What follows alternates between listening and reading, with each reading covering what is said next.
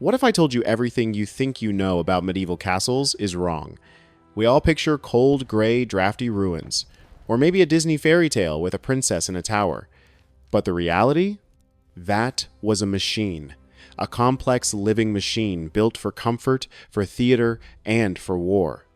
The truth isn't just stone. It's a story of shocking color, raging fire, secret listening rooms, and deadly traps hidden in plain sight. We're about to unlock the hidden schematics of these medieval fortresses, and by the end, you'll never see a castle the same way again. Forget the postcard myth of castles as cold gray rock. Picture this instead. A glittering machine of stone and fire, painted in screaming reds and blues, floors tiled like a chessboard, glass windows priced like jewelry, and a great hall long enough to park a jetliner wing. You step inside expecting misery, and you get heat, color, ceremony, and traps. By the time we hit the secret that lives in the walls, you're going to rethink everything. Stay to the end, because the last reveal snaps every piece into place why these places weren't just homes or forts, but ecosystems built to control people, stories, and power. Here's the part no one told you. The outside was war. The inside was theater. Cross the threshold and the mood flips. Medieval elites craved comfort, turning interiors into hot-hued playgrounds. Walls bare today were once saturated with pigments, reds, blues, and yellows. Floors weren't random stone, they were patterned tiles laid out in repeating motifs that caught the firelight. This obsession with comfort extended to warmth. Massive fireplaces swallowed whole trees, and thick wool tapestries acted as movable insulation. The Great Hall was a social furnace, a map of power where your seat defined your status. But this luxurious stage was also a battlefield where even furniture was part of the security system. But all that luxury didn't mean they forgot defense. Beauty hid a blade. Elegant arched windows, set high to shrug off arrows. Decorative carvings, sometimes masks for structural tricks to funnel attackers. Even the dinner seating was a security system. Loyal advisors sat with backs to the wall, safe from a sudden knife, while visitors were placed where eyes could watch. If that feels paranoid, remember, in a world without CCTV, the layout of furniture was your threat model. If you've ever rearranged a room to see the door from the couch, you get medieval risk management. This paranoia was built right into the bones of the castle, turning simple transit into a deadly obstacle course. This fusion of design and defense is clearest when you move from the Great Hall into the towers. You stop being a guest and start being a potential threat, and the architecture reacts accordingly. Which brings us to the stairs. Ever felt off balance on a castle's spiral staircase? That wasn't clumsy architecture, it was combat math.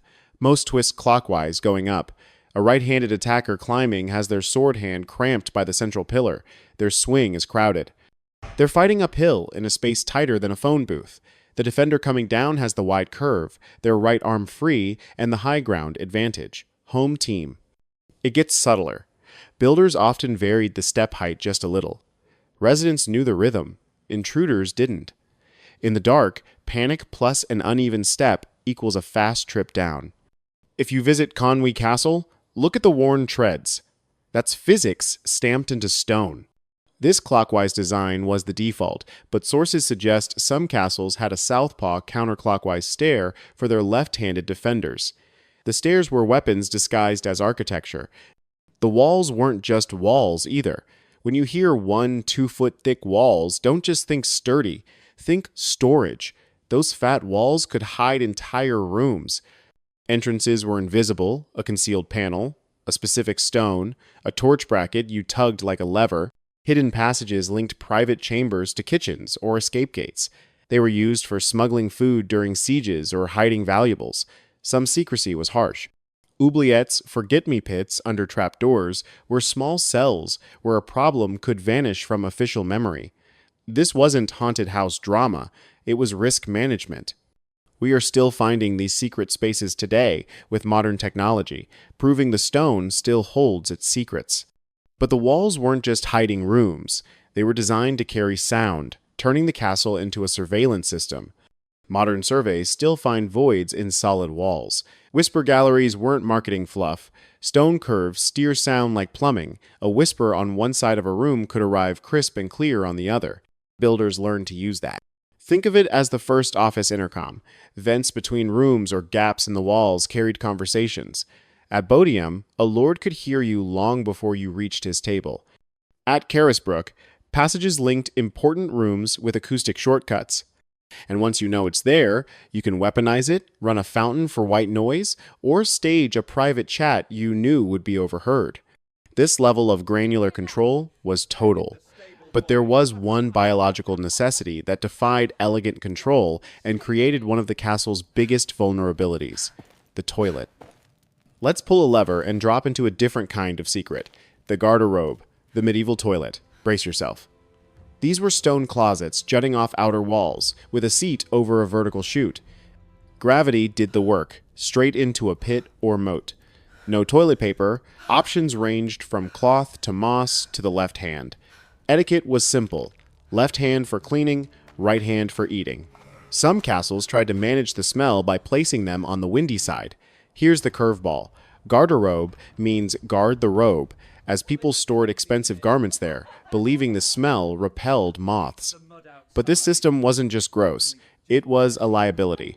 In sieges, attackers sometimes tried climbing up the waste chutes to get in.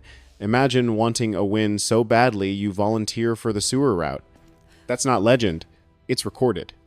So, while attackers were literally trying to crawl up the castle's backside, the defenders were pouring all their best tech into protecting the front door.